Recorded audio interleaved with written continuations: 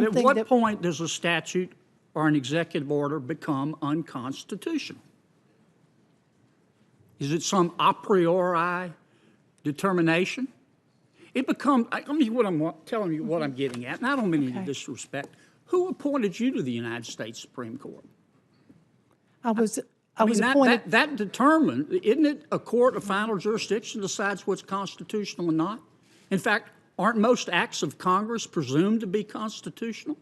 They are presumed, but they're not always constitutional. And no, of course, I was not on the Supreme Court. And I can tell you, Senator, look, we really wrestled over this decision. I personally wrestled over this decision.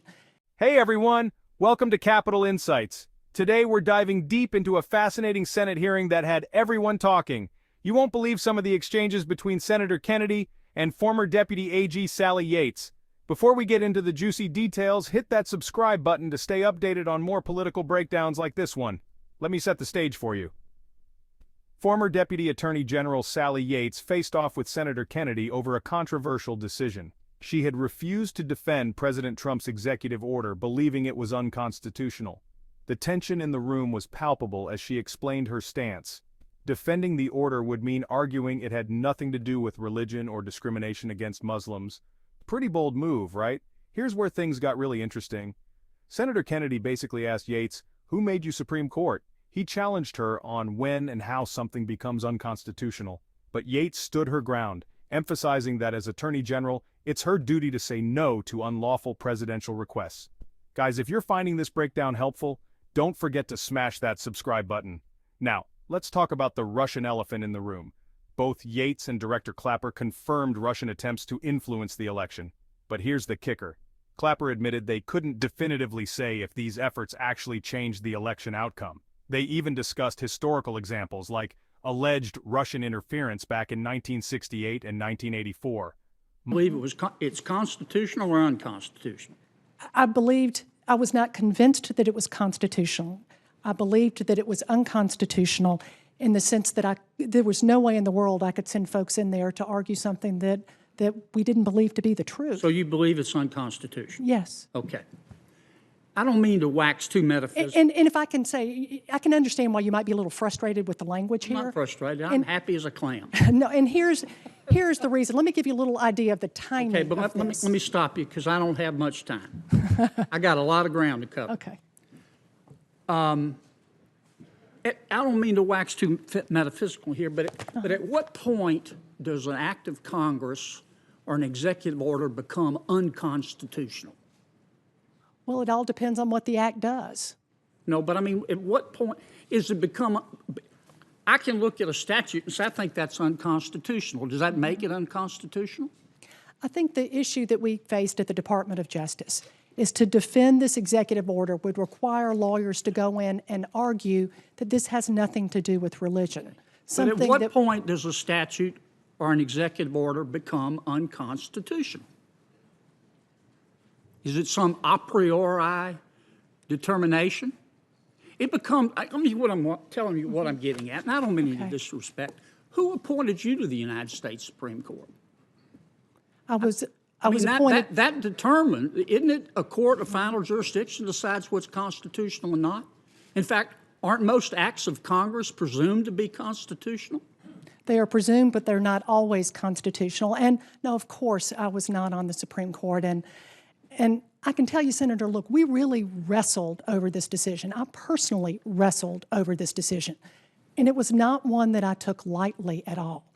But it was because I took my responsibility seriously as acting Attorney General. I believe you believe what you're saying. Yes, I do. I'm just trying to understand this is likely to come up in the future. Well, at what point does an executive order or statute become unconstitutional? When I think it's unconstitutional, or you think it's unconstitutional, or a court of final jurisdiction says it's unconstitutional? I believe that it is the responsibility of the Attorney General, if the President asks him or her to do something that he or she believes is unlawful or unconstitutional, to say no. And that's what I did. Okay. Do you believe that the Russians did, in fact, influence the outcome of the election, Director? In our intelligence community assessment, we made the point that we could not make that call. The intelligence community has neither the authority, the expertise, or the resources to make that judgment. The only thing we said was we saw no evidence of influencing voter tallies in any of the 50 states. But we were not in a position to judge what actual outcome on the election. How about you, Ms. Yates? I don't know the answer to that. I think that's part of the problem is we'll never know. Okay. Have you ever heard, the Russians have been doing this for years, have they not? I'm not minimizing what they did. I think they did try to influence the election.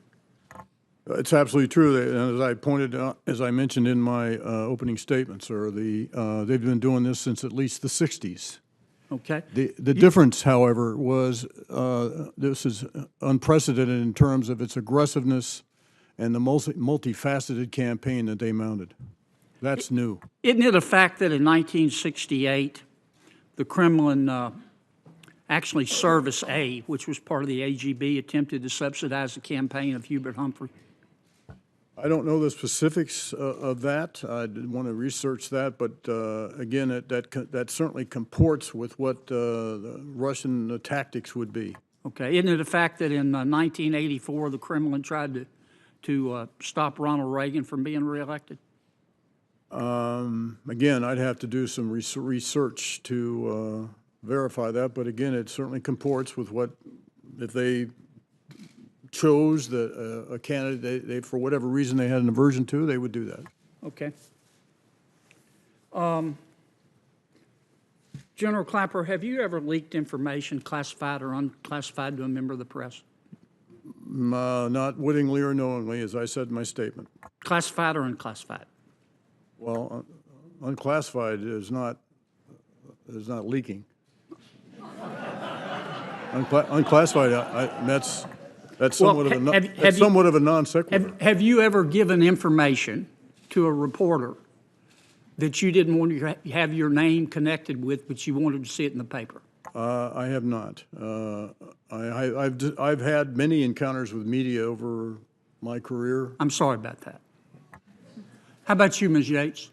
Now, other than situations where the Department of Justice would arrange, for example, for me to talk on background with reporters about a particular issue, to educate them about that, no, I've certainly never provided classified information, and that would be the only kind of background information. Do you And know? I've done the same thing, but certainly not, that doesn't include sharing classified information. Do you know anybody else at Justice who has ever leaked classified or unclassified information to the press? No. Ms. Yates?